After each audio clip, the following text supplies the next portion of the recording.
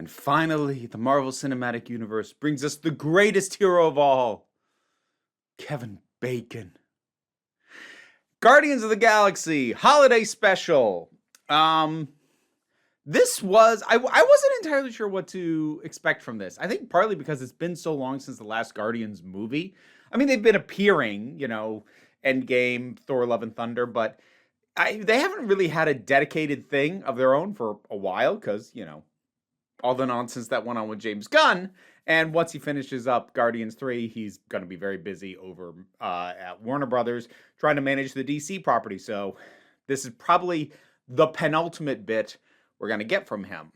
So this was very appropriate for what it is marketed and billed as. It's a holiday special. It has the usual, what is the true meaning of Christmas? Try and cheer somebody up who maybe has a bad Christmas memory, misunderstandings, all that stuff. Like it is very much in the spirit of a TV special, a holiday thing, like the holiday episode of a sitcom. That is the feel of it. And it pulls that off pretty well. And I think that's largely appropriate. Personally speaking, I don't love it, but that has a fair amount to do with my own tastes in comedy. I've brought it up intermittently over the years, but I really don't care for cringe humor.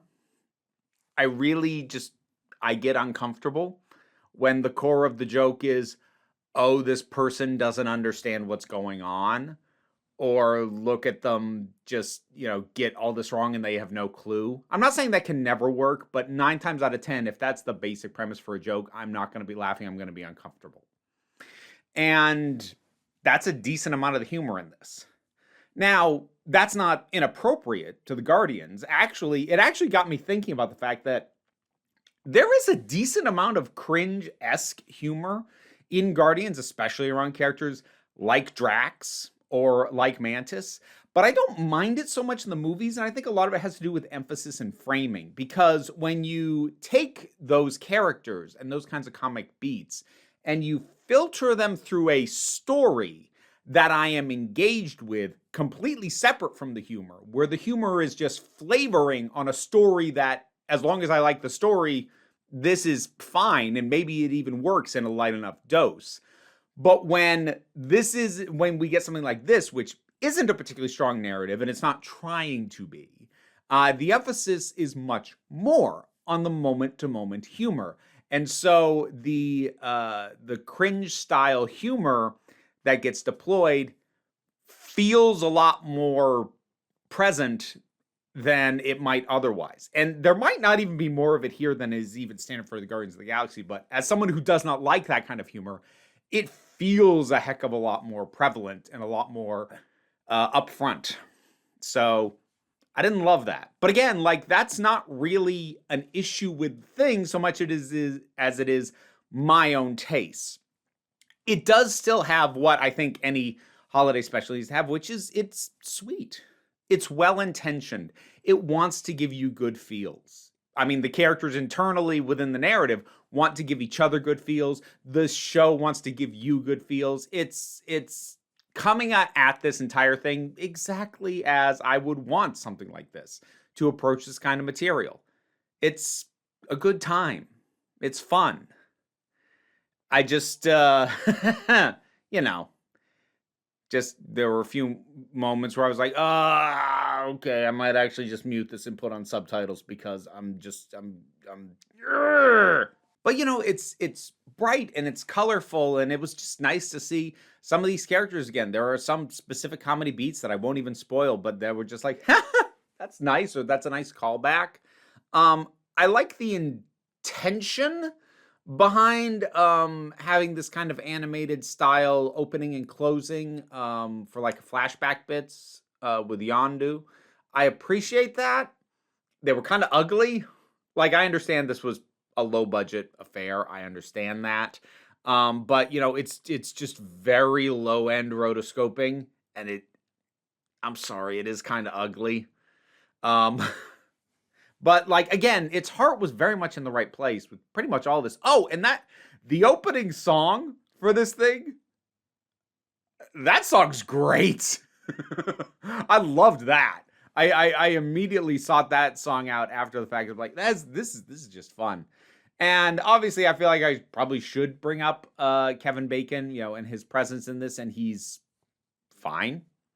He's playing an actor playing himself in a situation that, he's way out of his depth. It's what you expect from an actor in that setup and scenario. I mean, the on paper idea, and this isn't really a spoiler, this was in the trailers, but the on paper idea that Drax and Mantis kidnap Kevin Bacon because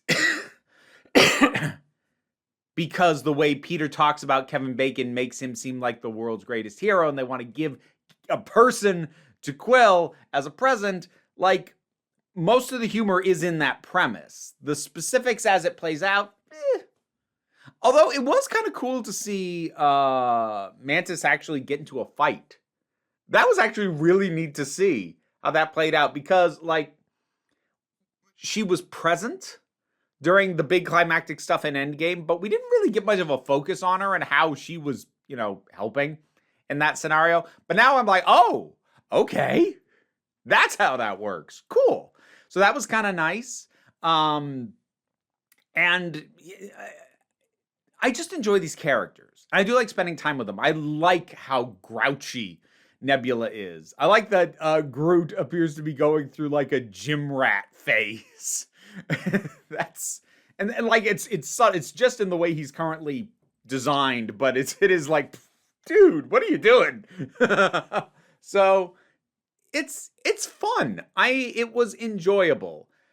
I just was gritting my teeth through parts of it, but again, because of my own personal tastes in humor, not because it's out of character or inappropriate or even badly presented. It just happened to be presenting a thing that I kind of inherently don't like. So take that as a bit of qualified praise. I do think it's good, but I'd be being dishonest if I wasn't upfront about the fact that, yeah, some of it was a little tough for me to watch. But that whether or not that's the case for you kind of depends on how you feel about cringe style humor. If you're like me, consider it fair warning. If you're not, you'll probably have a blast.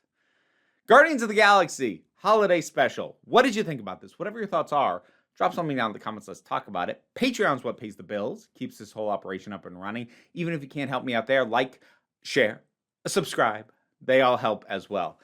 But don't worry too much about it. We take a relaxed attitude around here, so you can just come on back next time you need a break. End credits, that means I need to shout out my top Patreon supporters. Robin Moore, Zupin Lutfula, Tarak, the thing that goes doink in the anime, Oliver B., Linda Walters, Emu Delkey, Leotha Boyd, Toy Loli, Becky Sparks, Renabi Likes the Poodle, Zach, Tracy Scrabbit, Angry Casperl, Adam RDL Taylor, Shay Lagourlay, Brendan LaRose, and TT. Thank you so much for your support. You can get your name in the credits too by checking out the rewards on the Patreon. You only tried to eat my earring once this time. That's much better.